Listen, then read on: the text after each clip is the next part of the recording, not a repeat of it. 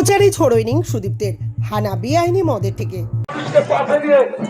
মদের আড্ডা, তৃণমূলের মদের আড্ডা। এখানে অঞ্চলের মানুষ থাকে, এখানে মদ খেয়ে দয়া করে চুপ করে থাকুন, মানে কেউ কোনো কথা বলবে না। এই যে এখানে মদের আসর বসে।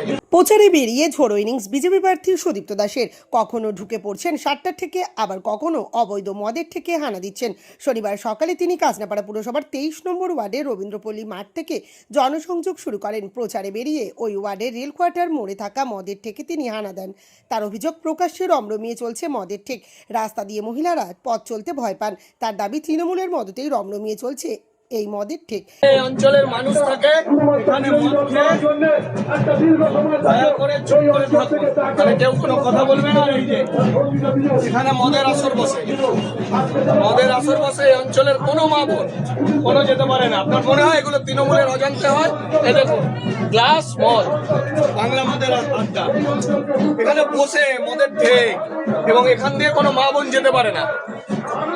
কোনো মা বোন এখান দিয়ে যেতে পারে না। এখানে আড্ডা একদম রেলের কোয়ার্টার পাশে দেখা যাচ্ছে। কোয়ার্টার, এই অঞ্চলে এত ঘনবসতি, মানুষ যাতায়াত করে, সেই জায়গাটা দেখুন কি অবস্থা। শান্তি বজায় রাখে কেন? শান্তি আবার বলেছে আগে টাকা পরে জিনিস। শান্তি বজায় রাখে কেন?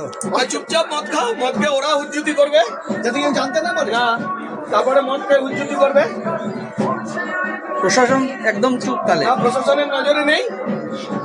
তৃণমূল যে তৃণমূলের মদত ছাড়া এটা হয়, সব তৃণমূলের কর্মীরা বসে খায় এখানে। কত নম্বর? এটা 23 নম্বর ওয়ার্ড। জিজ্ঞাসা করবেন আপনারা কাউন্সিলরকে যে উনি জানেন কিনা যেখানে মদের আসর বসে।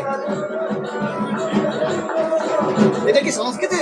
এটাই সংস্কৃতি। এই যে সব পুকুর ভরাটের বিরুদ্ধেও এদিন তিনি সরব হন। প্রচারে বেরিয়ে একাধিক ভরাট হয়ে যাওয়া পুকুর তার নজরে আসে।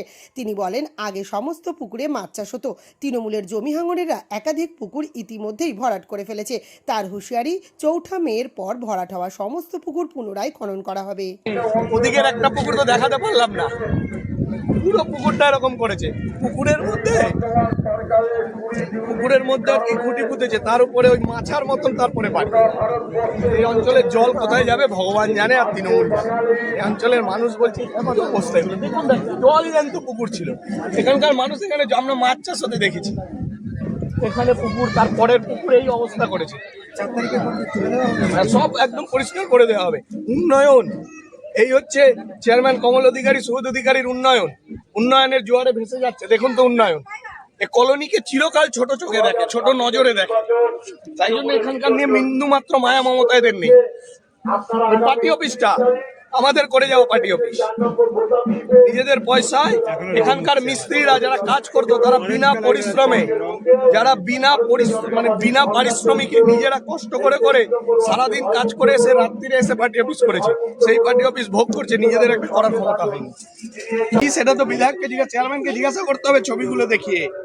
শুধু আমার মুখের অভিযোগ বললে হবে না, বলবে এই যে ছবিটা দেখিয়ে প্রশ্ন করবেন যে এগুলো কি হয়েছে।